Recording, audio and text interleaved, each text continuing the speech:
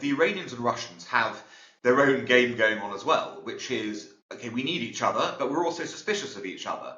I mean, don't forget, if you want to go back into history, Russia was a pivotal part of the great game, if you like, in Iran.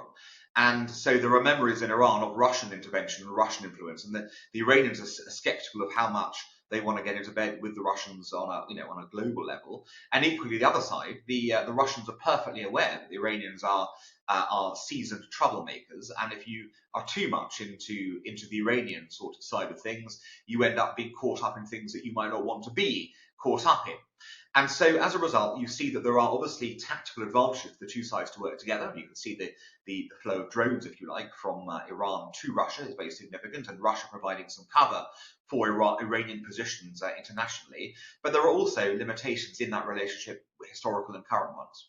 Hello and welcome to Frontline for Times Radio with me, Kate Chabot. And today we are joined by Dr. Alan Mendoza, the founder and executive director of the Henry Jackson Society. It's a non-profit organisation which seeks to promote liberal democracy around the globe, and it provides a platform for discussion and research for geopolitics. Alan Mendoza, welcome to Frontline. Thank you very much for your time. Hello, Kate. Pleased to be with you. We're speaking shortly after Britain's Defence Secretary gave a speech on the dangers we face in 2024 and beyond. It was a hard-hitting assessment with some dramatic statements. We can talk about that a little bit more in a moment. But let's start with a point he raised about the dangers posed by greater connections between non-state actors and nation-states. Let's look at the Yemen armed group, the Houthis, and the havoc they've wreaked by attacking shipping in the Red Sea. Can you just start with a very basic answer as to who they are and how they've grown to this power? Well, yes, the Houthis represent, if you like, the Zaidi Shias of Yemen. Yemen is divided between Shias and Sunnis, as many Arab countries are, and they, if you like, have become the political representation and now the military representation of that community in its sort of bid to secure power and control over the country. How they've become powerful, they've been around for quite a while, actually. They, sort of actually take their name after their original founder. But they have come to prominence, I suppose, really in the period since the Arab Spring, when, if you recall, the Yemeni dictator al-Salam was kicked out of Yemen, essentially. Then he ended up, there was a sort of the beginnings of a civil war conflict as a result. We know the Arab Spring did not end up well in terms of many of the movements ended up in disparate fighting of various kinds. There was an alliance between the former president and the Houthis, and you ended up with a battle between the then legitimate government and the Houthis. The Houthis were then backed and supported heavily by Iran, which explains why they get money and military equipment and training from Iran and intelligence.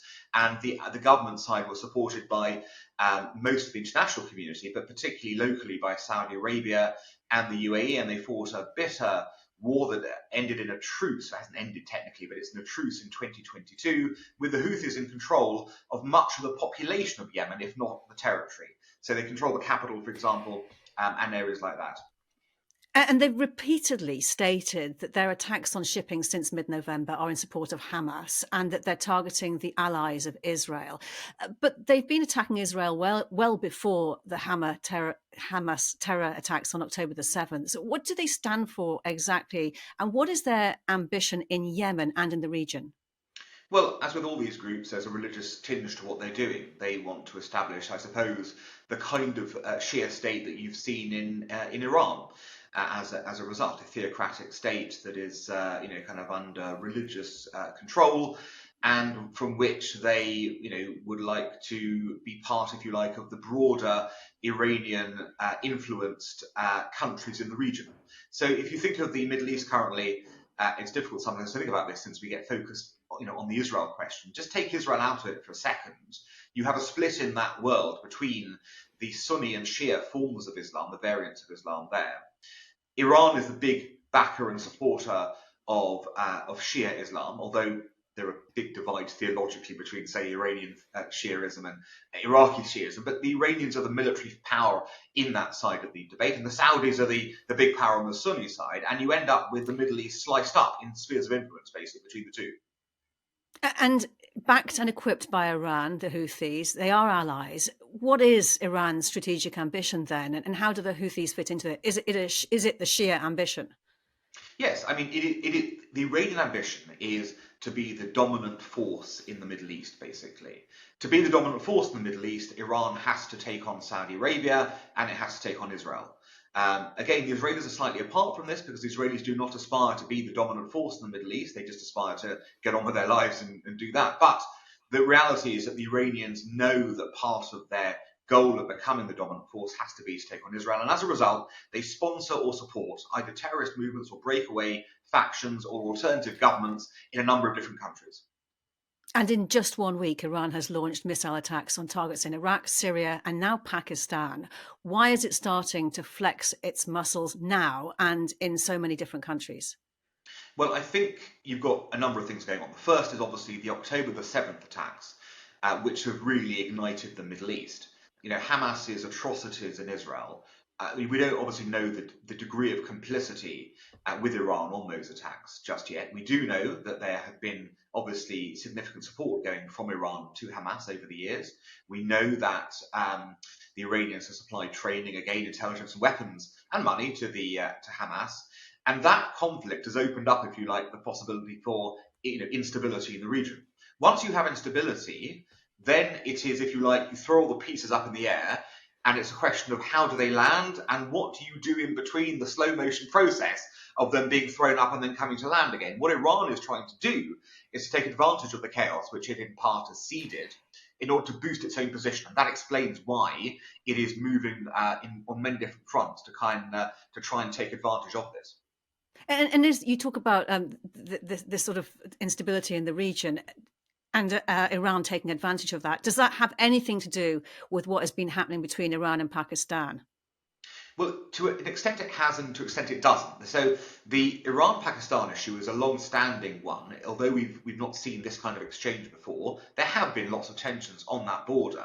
The Iranians claim repeatedly that Pakistan harbours terrorists who attack Iran, and we've seen, of course, a terrible bombing of civilians in Iran as part of this whole general instability, where there was a mass loss of life. So the Iranians are looking, in a sense, to seize, firstly, the advantage by saying, right, we're the ones striking everywhere. We're attacking here, we're attacking there. We're going to have a little go at Pakistan as well. They're using the terrorism argument as a sort of justification. And of course, Pakistan has to respond, because if Pakistan doesn't respond, it opens the door for Iran to do more. And they have responded. But do you think that what's been happening now between Iran and Pakistan would have happened had it not been for what's going on in the Israel-Gaza war?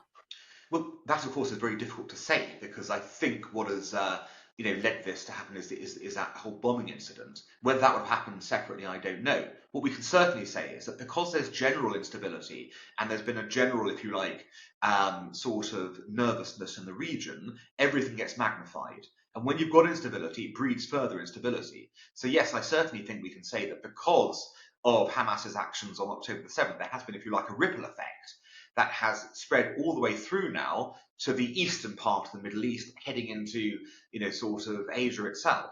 And so from that perspective, there's certainly a connection. And what are the dangers that if Iran remains unchecked, that we're going to see it increasing its hostilities in the Middle East? And what more could the international community do about that?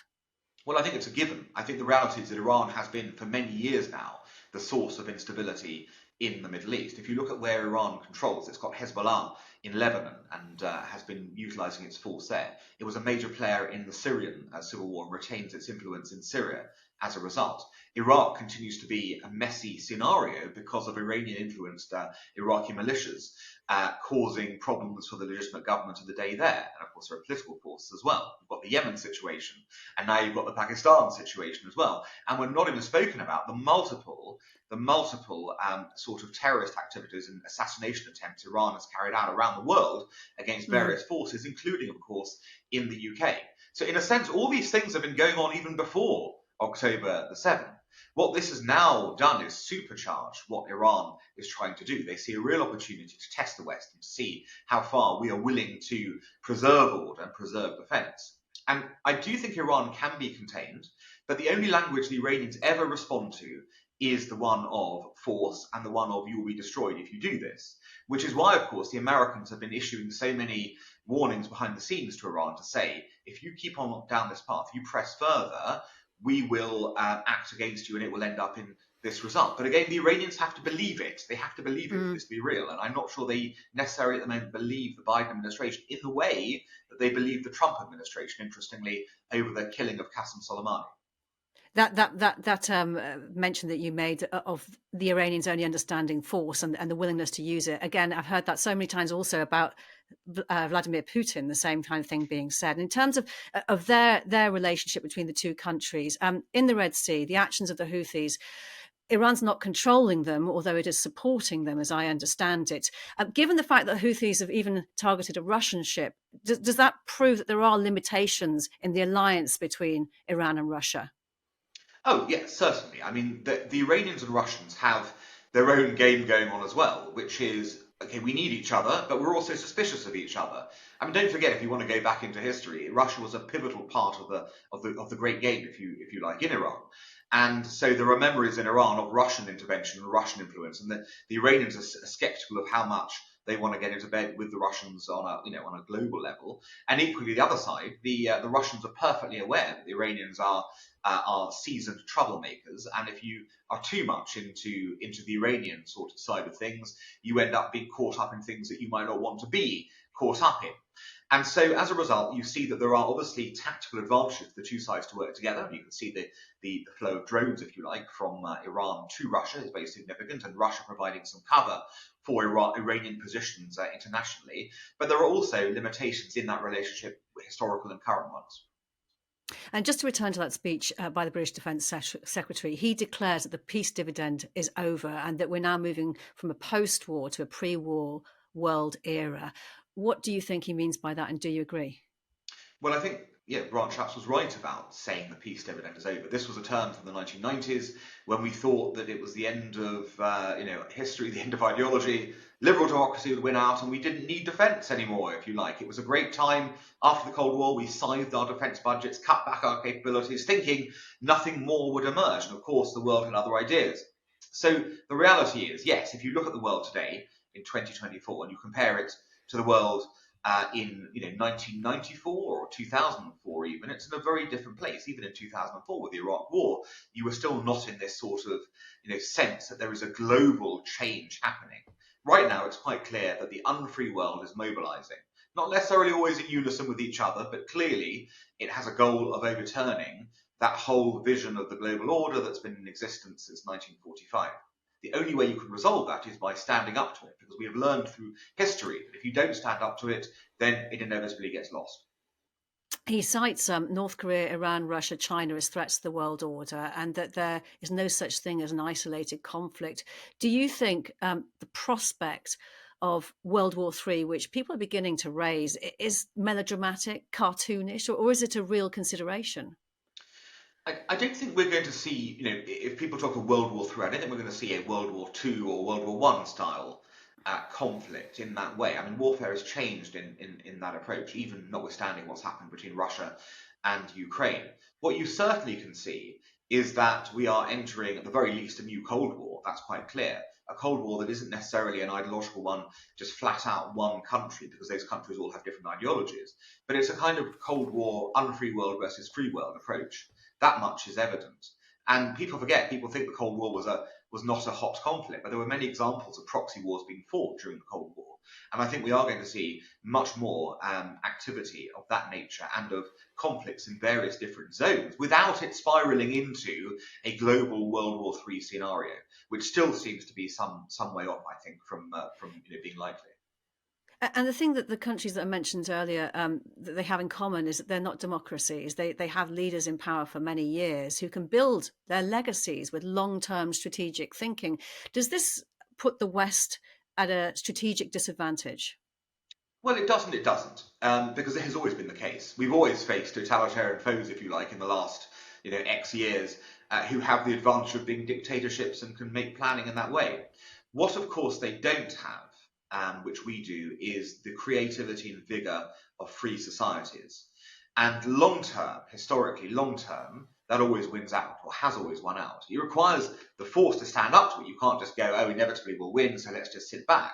But with the backing, with the sort of support of populations who are free and able to turn their mind to innovation and change, that is what tends to help win long-term conflicts. And over time, for example, the Cold War was fought over 45 years, if you think about it. What ultimately came out of the Cold War was the idea that the Western liberal system was superior, because it showed itself over that period to be superior. I mean, how do you think the Western liberal system, as you describe it, can actually defend and protect itself with this scenario described as countries that have been trying to change the world order and this kind of multipolar world that we're in? Well, again, we've had some examples of this in the past. I mean, different people have looked at different sort of periods and gone, oh, it's like the late 19th century. Well, we were Western liberal democracies then, and we worked ourselves out. In the interwar years, we were Western liberal democracies. Yes, it looked bad at one point, terribly bad in the 1930s before we pulled it out the bag, as it were. The reality is that we can go through crises within our countries, but it is the dynamism of our societies that enable them to be reinvented essentially the right way. Even in the darkest hour, there's always the promise of tomorrow being better. And I think that is the hope always of liberal democracies. But someone has to plant the flag. So Churchill did it in the 1930s when it was deeply unpopular. It's not so unpopular now to say the end of the peace dividend is there. It's not as if Grant Shapps was saying it in 1994. He's saying it now when most people with their own eyes can see there are problems. So I'm confident that because we can see the problems, we understand them, we are at least on step one, which is acknowledging the problem, and then we have to get to step two, which is dealing with the problem. Can we just talk now about North Korea briefly? The Times has reported this week that it's redefined its relationship with South Korea, overturning 50 years of doctrine characterising it now as an enemy. Why has he done this? Well, it's an interesting one because there's never been a prospect of a reunification of Korea under the North. It's never been realistic. So it's curious, why has he changed this unrealistic dogma now? And the answer is in many things with North Korea is we generally don't know. We don't know if this is the beginning, if you like, of another attempt by North Korea to sort of cozy up to the South, which has happened on various occasions. We don't know if the situation is so bad in North Korea now economically that he wants to, kind of get some kind of deal going where he gets some money. The reality is, I think what will become clear in the next months is what he's up to by this change of tactic. But it doesn't make any practical difference. What the reality is, what is it signposting? And at the moment, we just don't know enough to make that assessment. Is it possible that this may be part of North Korea aligning itself with enemies of the West and paving the way for regional conflicts to distract and disrupt? Well, it is possible, but it's a rather strange way of going about it. If you're going to say that you no longer wish to reunify the South, that kind of diminishes the sense in you going to war with the South. I think it's more. I do think this is more likely to be a North Korean ploy in some way to get money from somewhere. We know the country is perpetually, in need of handouts. We know it's on its knees. We know that it requires this level of assistance on a regular basis. So it could. In my view, it's more likely to be a sort of an attempted pivot somehow to being a more, benign country than one that is going to be more aggressive. But that could change overnight. The reality is North Korea plays by its own rules, and it could well be engaged in activities with China or with Russia that could attempt to destabilize its neighbors. You mentioned earlier that in terms of the end of the peace dividend, the first step is actually recognizing that has happened, it has ended. And the next part is what to do about it. And if we could look at China specifically and how it might react to Taiwan's election victory, which kind of basically flies in the face of what China wants, which is to reclaim Taiwan. What strategy do you think foreign democracies should be pursuing towards that claim? Well, I think it should be rebuffed most openly and repeatedly. We must say that Taiwan has exercised its right as a democracy to elect the leader it wanted, and that any attempt to bully and coerce Taiwan into the Chinese fold, or even heaven forfend a military conflict, will be resisted. Because the reality is, if you allow China to steamroller Taiwan in the way it steamrollered Hong Kong, which is a slightly different scenario, of course, because it was on the border and had some easy control aspects of Hong Kong. If you allow that, you are sending the signal quite clearly that no democracy is safe. But resist China how? Well, very simply. So, firstly, you arm Taiwan to the teeth. The Americans are already doing this. You send it you make it clear to China that whatever it wants to do militarily is going to be resisted and it's going to hurt China. Secondly, you keep on sending your ships through on right of navigation sails to show the Chinese that then we're not going to be cowed by them either, and that we will be there with our naval forces to defend Taiwan if necessary. You basically create deterrence. You say, look, it's going to be far too costly for you to engage in war. We are prepared to back Taiwan economically, financially, and militarily. And as a result, don't think about it. If you want to go down that path, we will call your bluff, not the other way around. But you've got to give every impression. It's something we didn't successfully do with Vladimir Putin. We did not tell him that we would do what we've done in Ukraine. I suspect that had we told Vladimir Putin, had he understood quite clearly what a disaster Ukraine would turn into for Russia, he'd have had second thoughts. He'd have probably he wouldn't have given up his claims in Ukraine. He'd have probably tried different salami tactics rather than this insane, mad, grand, invasion of the whole country. We didn't do it there. We got a chance with Taiwan to show the Chinese, and we've been doing a fair job so far because the rhetoric, although it's strong, is probably dialed down from where it was 2 years ago in terms of the sort of absolute certainty the Chinese seemed to have at that time of what was happening. Yes, they still talk of retaking it, but it's in a very different context. So we've got to keep that message up to China, tell them we will not resist. And that's why, by the way, Kate, it's important that we send a message wherever there is a challenge to that order that we are not going to let it fly, which is why it was so important to strike the Houthis. They were breaking international law, and had we not done something, it would have encouraged all the other potential aggressors to go, the West is weak, and we can do what we want. Yeah, when you say striking the Houthis was sending a strong message, I mean, how long can that be sustained for, realistically? Because the Houthis are resupplying. I mean, they have the backing they need, don't they? I mean, this can't go on forever, can it? Well, it can do, because what you do is you ramp up the campaign in the sense of you go, right, well, we're going to hit the next 100 targets or whatever it is, and then we're going to start interdicting Iranian supplies. The Houthis are getting their supplies from Iran. We just interdict the supplies, stop them from coming, basically. Say we're going to stop you from supplying the terrorists. And that will stop the Houthis, ultimately, from being able to mount their attacks. It's really a question, as always, of can you convince the ultimate aggressor, which in the Houthi case is Iran, that its options are better kept not helping them than helping them. And that's really what you have to do in every case. When you spoke just now about Russia and how things might have been very different had the strong message been sent to Vladimir Putin before his full-scale invasion, or perhaps even before the annexation of Crimea, the head of Poland's National Security Agency has assessed Russia could attack NATO countries within 3 years. The Estonian Prime Minister has echoed those kind of fears, and Germany is reported to have, I'm not sure if this is true, but it's certainly been reported that they've drawn up a scenario as to how that might happen. It's not verified, and you'd expect countries to do that kind of thing. That said, what is your judgment of that risk, and how can it be neutralized? So there is obviously a risk, but the risk increases or decreases depending on what happens in Ukraine. If Ukraine is able to continue to fend Russia off and is able to continue to keep Putin pinned down at the very worst, or even rolled back at the very best, then that scenario goes away, which tells you the following. If you really want to guarantee European security, you have to make sure that Vladimir Putin loses in Ukraine. That's what you do. You don't wait for him to win in Ukraine, roll Ukraine over, and then go, oh, now we're going to have to defend our eastern flank because he's right up against it. You keep him as far away from your eastern flank as possible. That is the game you play to stop your enemy from coming up right against you. So in reality, that's where this risk factor will increase or decrease. If he wins in Ukraine, he will be up against, NATO's eastern flank, essentially, and he will be able to plot trouble at the very least. If he can't do that, there'll be no prospect of this happening. Do you think that message, that idea has really got into the heads of Ukraine's allies, all of its allies?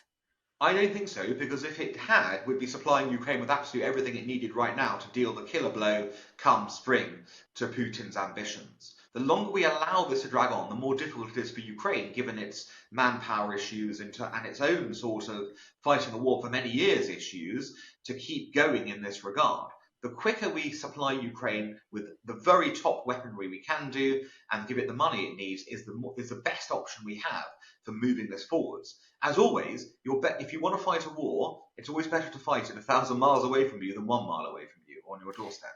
And at the Davos World Economic Forum, the chair of NATO's military committee, Robert Bauer, said NATO needed a war-fighting transformation, that anything can happen in this world. The tectonic plates of power are shifting. How dangerous a world do you think we're living in?